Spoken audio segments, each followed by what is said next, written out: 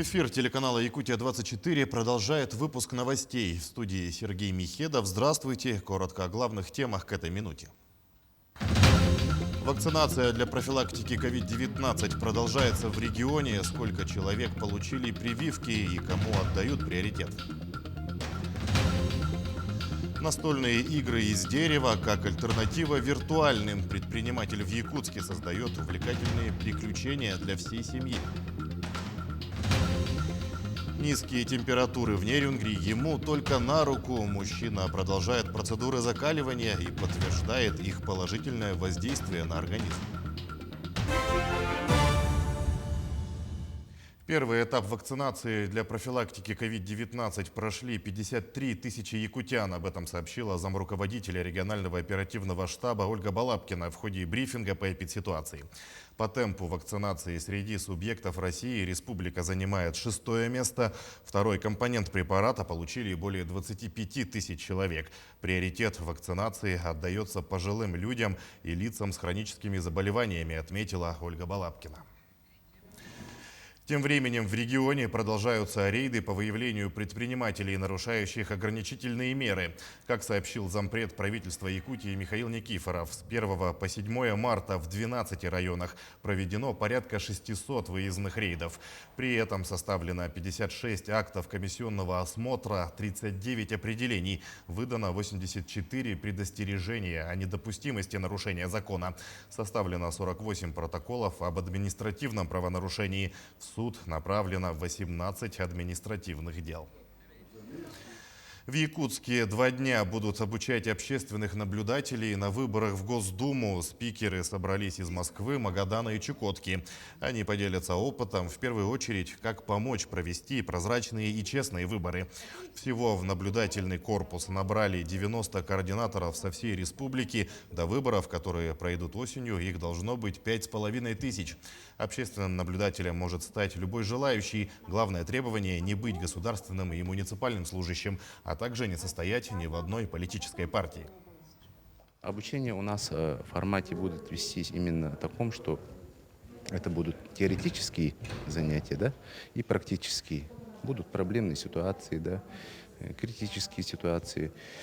И каждый наблюдатель, он должен будет на это реагировать. И, конечно, как мы знаем, на выборах много фейковых моментов. Вот, и основная работа будет по фейкам, то есть по противодействию фейкам. И, как было сказано, у нас работа независимая. Настольные игры из дерева как альтернативу виртуальным создает столичный предприниматель Кыскил Прудецкий. Он более чем уверен, что за такими играми будущее. Настольные игры не только собирают всю семью за одним столом, но и развивают у детей и взрослых координацию, ловкость рук и мышление. Еще 2 года назад, создав для своих детей первую настольную игру из дерева, Кыскил Прудецкий и подумать не мог, что выйдет на массовые продажи.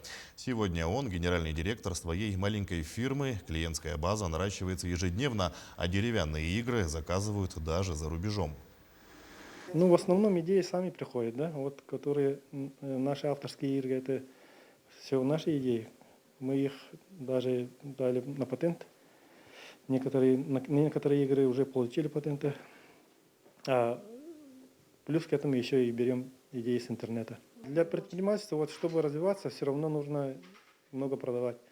Поэтому игры, которые мы берем с интернета, они более известные, да, и они хорошо продаются. А те, которые мы сами создали, они пока народ не знает, как играть, нам, например, да, и поэтому только начинаем продавать. Кроме игры поленница. Поленница уже Якутия вся знает. Она продается более 2 лет. Арктическая экспедиция через полюс холода Богдана Булычева вернулась в Якутск. Блогеры-экстремалы проделали путь от столицы республики до Новосибирских островов. Это более 5000 километров по арктическому бездорожью при экстремально низких температурах. Не обошлось в поездке и без происшествий. Так, команда блогера-экстремала застряла в одной из трещин моря Лаптевых. Однако ситуацию удалось быстро взять под контроль. Сами путешественники уже не первый год покоряют Арктику. Более Более того, во время отчетной пресс-конференции экстремалы поделились дальнейшими планами по проектам о Якутии. Мы хотим взять собачьи упряжки. Скорее всего, это будут еще оленьи упряжки. Возможно, это будет еще лошадь. И будет современный вид транспорта. Мотособака, либо снегоход, может даже лыжи. И вот каждый из этих людей будет одет в соответствующую одежду, которая будет соответствовать его виду транспорта. Мы полностью постараемся воссоздать вот эту всю вещь. Оживить историю. Оживить историю и дать возможность проехать по сложному маршруту. На юго-западе Якутии наступила настоящая весна в Ленском районе после 40-градусных морозов в начале марта. К Международному женскому дню столбик термометра поднялся до отметки 0 градусов. А накануне город накрыла метель, на дорогах образовался гололед. Но подрядные организации молниеносно отреагировали, отсыпав все перекрестки песком. Сотрудники ГИБДД предупреждают водителей быть аккуратнее на дорогах и соблюдать дистанцию. Также в связи с резким потеплением начался сход снега с крыш. Поступили ли жалобы по этому поводу, нам рассказали в ЕДДС. Проходили мимо зданий, тем более высокоэтажных. И, скорее всего, в данную службу именно будет поступать такого плана сообщения для того, чтобы мы своевременно смогли среагировать на те или иные жалобы. На календаре март, а температура за окном нерюнгринцев по утрам все еще редко поднимается выше минус 40 градусов. Для Романа Хмелева это даже хорошо. Мужчина продолжает процедуры закаливания и подтверждает их положительное воздействие на организм. Сегодня на купание в открытом водоеме с Романом отправилась наш корреспондент Екатерина Павлова. Конечно, сразу ты не будешь заходить ни в воду, ни выход в лес там по 15-20 минут. Все начинается хотя бы с 5 минут. Даже можно просто с подъезда вышел, обтерся снегом и снова зашел в подъезд. Так раза 2, 3, 5 организм начинает привыкать. Чуть окреп, почувствовал, можешь уже больше. Это третья холодная зима для Романа, переехавшего в Нерюнгри из солнечной Украины. Первая зима в Якутии с резким перепадом температур для неподготовленного организма мужчины сказалась тяжело. Роман часто болел. Со второй зимы мужчина решил все поменять и начал постепенно закаляться, обтираться снегом, выходя на улицу на несколько минут. Дальше больше. Через дорогу был лес, стал выходить 5, 10, 15 минут, 20. Потом потянуло зимой немножко окунаться, когда есть возможность на выходных. Вот. И так уже вторая зима, когда я закаливаюсь и чувствую себя просто отлично. Респираторных заболеваний практически у меня не бывает. Вот. Хотя ковидом, да, мы все переболеваем.